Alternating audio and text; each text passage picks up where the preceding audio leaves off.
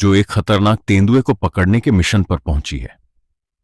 Team की कमान प्रजापति पांडे संभाल रहा होता है। वह अपने साथियों को हिदायत देता है कि कोई भी बेवजह आवाज नहीं करेगा, क्योंकि एक छोटी सी गलती भी किसी की जान पर भारी पड़ सकती है।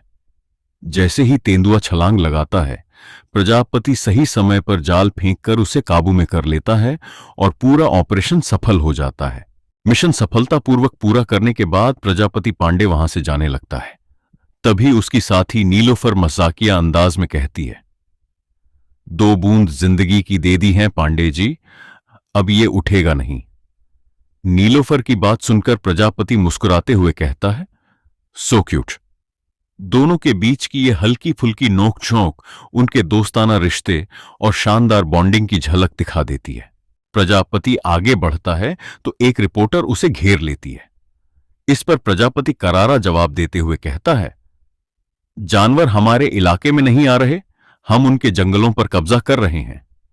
फिर वो चुटकी लेते हुए बताता है कि यह तेंदुआ नहीं, मादा तेंदुई है, और औरत हो या मादा तेंदुई, उन्हें जहां मर्जी हो जाने से कोई नहीं रोक सकता, बिल्कुल आपकी तरह।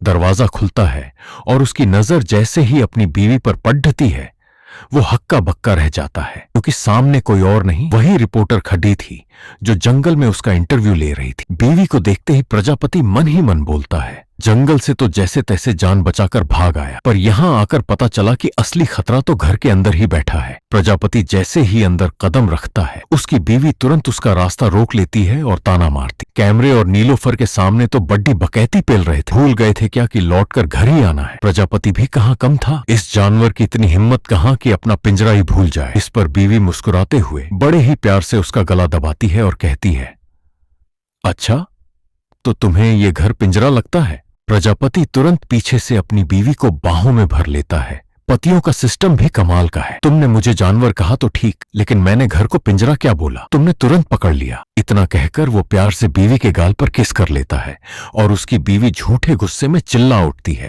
क्या दर्द है, ये तो नई बात है। तभी उसका चपरासी हड़बड़ाता हुआ आता है और कहता है, सर कोई महिला आपसे मिलने आई है। प्रजापति चौंक कर पूछता है, कौन? सनी लियोन आई है। नौकर मना करता है तो प्रजापति तुरंत डांटते हुए कहता है, तो बेवजह इतना झूम काहे रहे बे। तभी केबिन के दरवाजे पर एंट्री होती है चंचल की, जो प्रजापति के कॉलेज के दिनों की पुरानी दोस्त है। इतने सालों बाद अचानक चंचल को अपने सामने देखकर प्रजापति खुशी से उछल पड़ता है।